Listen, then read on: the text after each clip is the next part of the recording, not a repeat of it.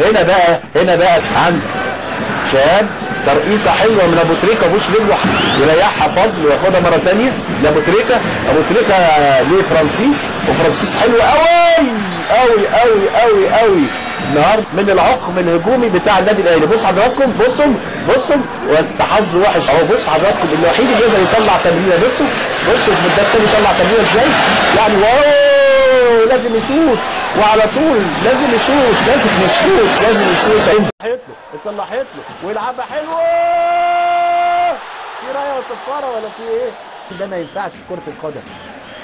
احنا بنشوف في اوروبا الباصه بتروح زي البومبه وتنجح موقفها اكنه في رجليه مغناطيس، انما النادي الاهلي افضل اخطر يقول فرانس شبهات يلم فرانس ويلعب على طول بالعرض.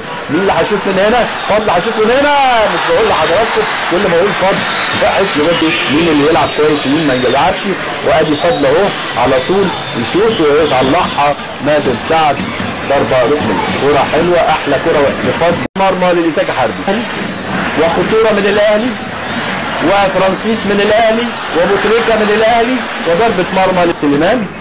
يبقى اللي طلع فيليكس ونزل سعيد مراد، وادي فرانسيس وتصويبه تنزل على طول لابو تريكه. فرانسيس شوطه بما بيقول يا ساده يا اللي سلختونا شوفوا تعالوا اهو. وادي قلشه، وانما ما حدش يقدر يرد طلع غير الامور اهو. بص حضراتكم بقى في احمر كتير اهو. ادي فرانسيس وادي بهاء وادي احمد فتحي وادي نادر سعد. مفيش المهاجم عامل شغل احلى. ويبقى السلام لو ده شويت. يا سلام يا ابو تريكه، يا سلام يا ابو تريكه، يا سلام يا ابو تريكه، يا سلام يا عم شكري، يا سلام. مش يا سلام يعني حاجه كويسه. لا بص حضراتكم قال لك هتجيب جول اسند ويلعب، انما لا حته اشبال بقى فاكر نفسه بيلعب تحت 20 وضيع فرصه عمره وتمريره جميله. مش بقول لكم ابو تريكه هو اللي عنده الحلول السحريه، انما النادي الاهلي افضل. احمد فتحي والضربه الركنيه وهدف جميل. الهدف الثالث لمين؟ لفرانسيس. شوفها اتلعبت الكوره وما فيهاش حاجه خالص،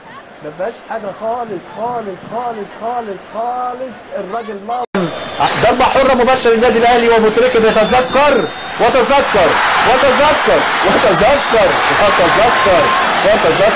مش بكون نجم كبير. بص تذكر الراجل، انما